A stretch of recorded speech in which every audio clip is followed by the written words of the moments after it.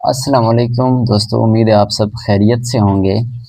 तो जैसे कि हमने एक टॉपिक स्टार्ट किया था यूनाइटेड नेशंस और हमने पहले लेक्चर में उसके बारे में कुछ अहम बातें डिस्कस की थी, जो कि हमने ये पढ़ा था कि what is the United Nations, what is the structure of the United Nations. तो स्ट्रक्चर के हवाले से हमने कुछ सिर्फ ओवरव्यू लिया था, उनके ऑर्गन्स के नाम पढ़े थे हमने कि कौन-कौन से नाम हैं। तो today we are going to discuss these organs in details, जहाँ पे हमारे पास 6 ऑर्गन्स मौजूद हैं यूनाइटेड नेशंस के। तो आज हम जो डिस्कस करने जा रहे हैं among these organs, so we are going to discuss general assembly, the very first organ of the United Nations. तो जनरल असेंबली के बारे में हम कुछ बातें कहेंगे कि ये क्या है, इसकी फंक्शनिंग क्या है, इसके मेंबर्स कितने होते हैं एंड यहाँ पे डिसीजन मेकिंग कैसे होती है और इसमें क्या क्या ऐसी बातें हैं जो कि हमारे लिए सीखना या हमारे लिए जो है जनरल नॉलेज के करंट अफेयर्स के हवाले से सीखना ज़रूरी है। तो आइए स्टार्ट करते हैं। यूनाइटेड नेशंस की जो जनरल असेंबली है, it is denoted by UNGA, United Nations general Assembly. इसका पहला पॉइंट ये है कि it is the main deliberative body. Main deliberative body है ये यूनाइटेड नेशंस की, यानी यहाँ पे क्या होता है, डिलिबरेटिव बॉडी से मुराद ये एक ऐसी बॉडी है जहाँ पे मुख्तलिफ इश्यूज़, प्रॉब्लम्स जो कि यूनाइटेड नेशंस के पास आते हैं उन पे डिबेट्स होती हैं, डिस्कशंस होती हैं, या अगर eight the and decision making होती है तो वो भी यहाँ पे ही होती है जनरल असेंबली में। इसके बाद दूसरा है, it is the only body with universal representation. Universal representation का मतलब यही है कि यूनाइटेड नेशंस के जितने भी मेंबर स्टेट्स हैं, यानी जितने भी 193 स्टेट्स थे जो हमने लास्ट लेक्चर में पढ़ा था कि they are the member states of the United Nations, तो वो सारे के सारे जो है 193 स्टेट्स वो यहाँ पे मौजूद होते हैं डिसीजन मेकिंग प्रोसेस में। उसके बाद वैसे ही हम देखते हैं कंट्री के पार्लियामेंट का एनुअल सेशन होता है, कंट्री जो असेंबली होती है वहाँ के इलेक्शंस होते हैं। इसी तरह यूनाइटेड नेशंस की इस जनरल असेंबली का भी एक सेशन होता है, एनुअल सेशन, जहाँ पे क्या होती है, where full UN membership meets, जहाँ पे सारे के सारे जो मेंबर्स हैं यूनाइटेड नेशंस के, दे मीट, वो मुलाकात करते हैं एंड इस सेशन में जो है डिफरेंट इश्यूज और डिफरेंट फ्यूचर जो गोल्स एंड एजेंडाज होते हैं उस पर डिस्कशन होती है। इसके बाद ये सेशन कब होता है, ये सेशन सितंबर और दिसंबर के बीच होता है, यानी सितंबर का महीना और दिसंबर, इनके बीच जो टाइम है ये इनमें ये सेशन रखा जाता है हर साल। और तीसरा है, ये एक इम्पॉर्टेंट पॉइंट है जहाँ से हम 2 MCQs जो है वो जनरल नॉलेज के हवाले से यहाँ पे हम एक्सट्रैक्ट कर सकते हैं।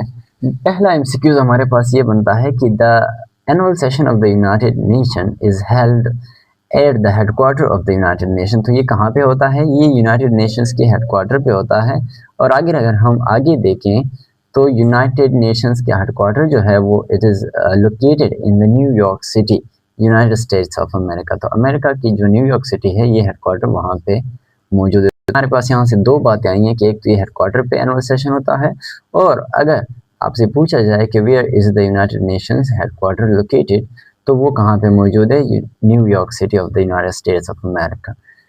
इसके बाद अगर हम आते हैं मेन टॉपिक की तरह, मेन एक पॉइंट ये है कि हमने पहले ही यहाँ पे पढ़ा कि it is the body where most of the decisions are made. तो डिसीजन मेकिंग प्रोसेस इसका क्या है, डिसीजंस कैसे बनते हैं और किस बुनियाद पे बनते हैं।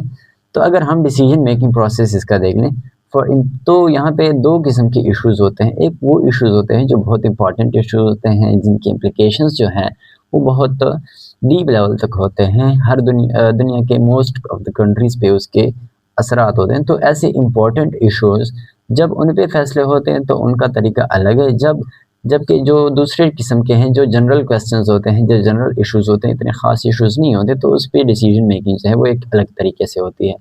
तो सबसे पहले हम पढ़ते हैं for the most important questions issues.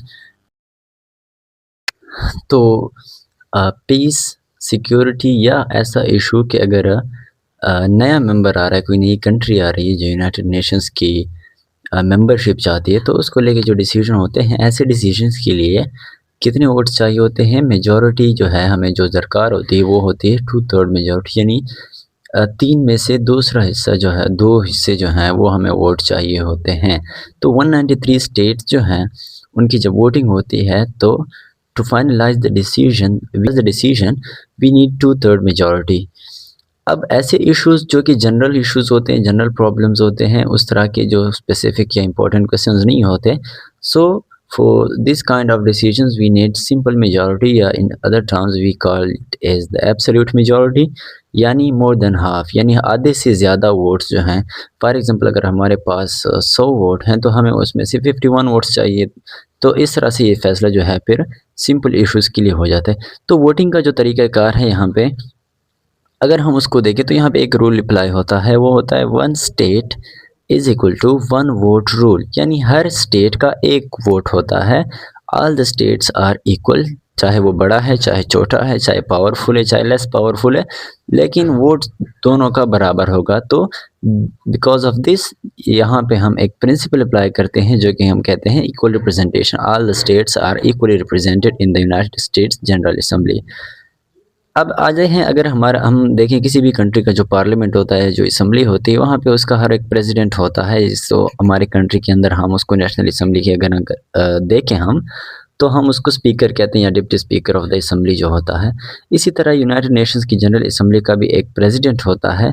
अब ये प्रेसिडेंसी क्या है, और ये प्रेसिडेंट कौन होता है, उसकी रिस्पॉन्सिबिलिटीज़ क्या है, कितने टाइम के लिए इलेक्ट होता है, और कौन इसको इलेक्ट करता है।